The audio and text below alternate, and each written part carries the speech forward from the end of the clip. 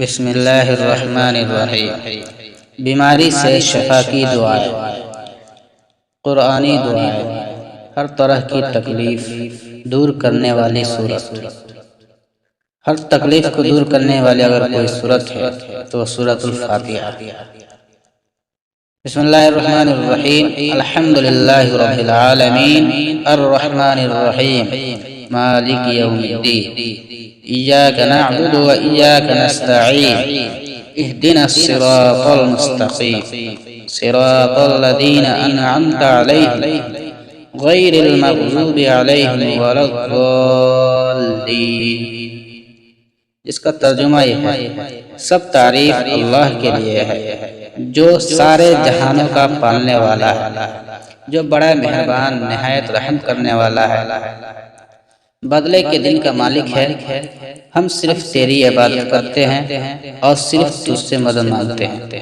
ہمیں سیدھے راستے پر چلا، ان لوگوں کے راستے پر جن پر تو نے انعام کیا، جن پر نہ غصہ کیا گیا اور نہ وہ گمراہ ہے۔ ابو سعید خدری رضی اللہ تعالیٰ عنہ سے روایت ہے کہ نبی کریم صلی اللہ علیہ وسلم کے چند صحابہ عرب کے قبائل میں سے کسی قبیلے کے پاس سے گزرے۔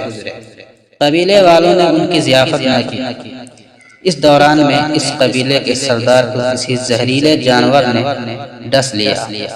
قبیلے والوں نے صحابہ سے کہا، تمہارے پاس اس کی کوئی دوا یا کوئی دم کرنے والا ہے؟ صحابہ نے کہا کہ تم لوگوں نے ہماری مہمان نوازی نہیں کی، لہٰذا ہم اس وقت تک دم نہیں کریں گے جب تک تم ہمارے لیے اس کی مزدوری نہ طے کر دو۔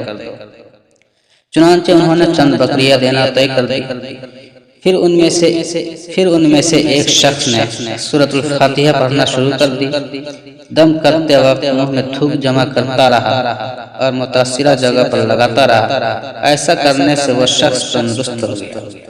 چنانچہ قبیلہ والے بکریاں لے کر آئے، لیکن صحابہ نے کہا، جب تک ہم نبی صلی اللہ علیہ وسلم سے نہ پوچھ لیں یہ بکریاں نہیں لے سکتے۔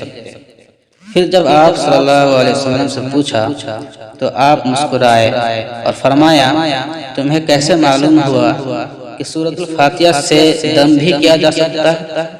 بکریاں لے لو اور اس میں میرا حصہ بھی رکھو۔ صحیح بخاری صفحہ نمبر 5736۔